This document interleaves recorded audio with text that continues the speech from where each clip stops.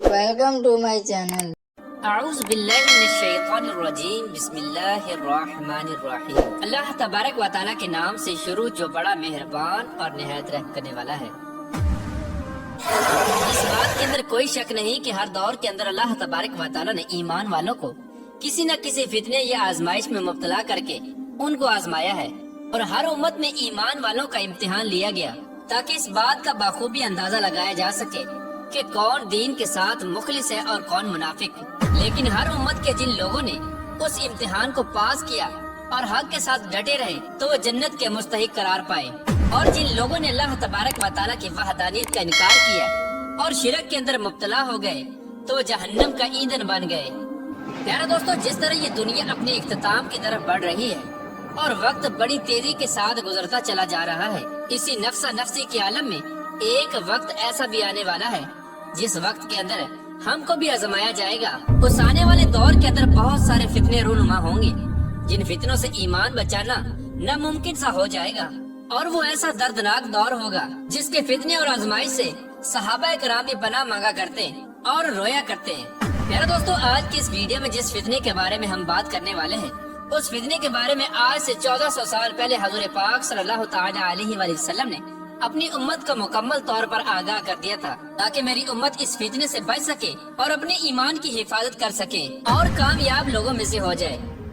پیارے دوستو، فتنہ دجال قیامت کی نشانیوں میں سے سب سے بڑی نشانی ہے۔ فتنہ دجال ایک ایسا فتنہ ہے جس کے بارے میں خود رسول پاک صلی اللہ تعالی علیہ وآلہ وسلم اللہ تبارک و تعالیٰ سے پناہ مانگا کرتے تھے، اور جب حضور پاک صلی اللہ تعالی علیہ وآلہ وسلم اپنی مجلس کے اندر دجال کا ذکر کرتے تو صحابہ کرام اس فتنے سے پناہ مانگا کرتے اور رویا کرتے۔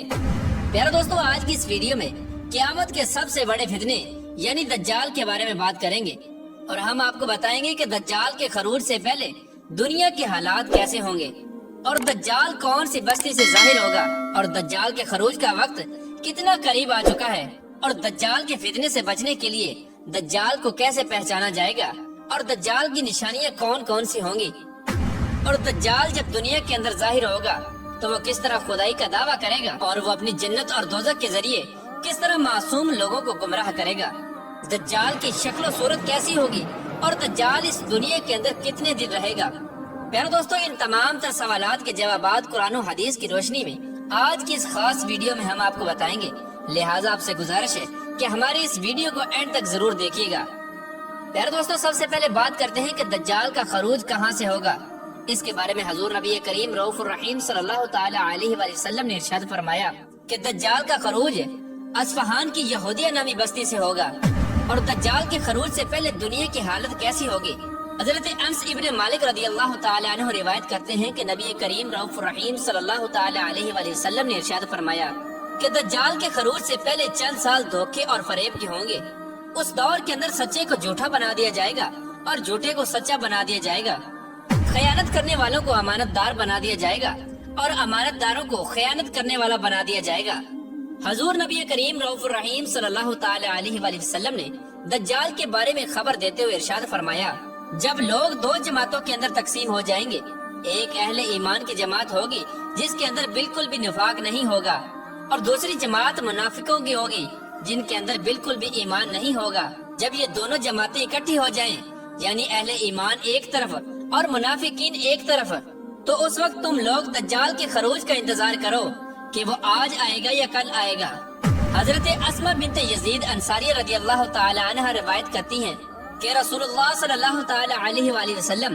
میرے گھر میں تشریف فرما تھے، اور آپ صلی اللہ تعالی علیہ وآلہ وسلم نے دجال کا بیان فرمایا، تو حضور پاک صلی اللہ تعالی علیہ وآلہ وسلم نے ارشاد فرمایا کہ دجال کے خروج سے پہلے 3 سال ایسے ہوں گے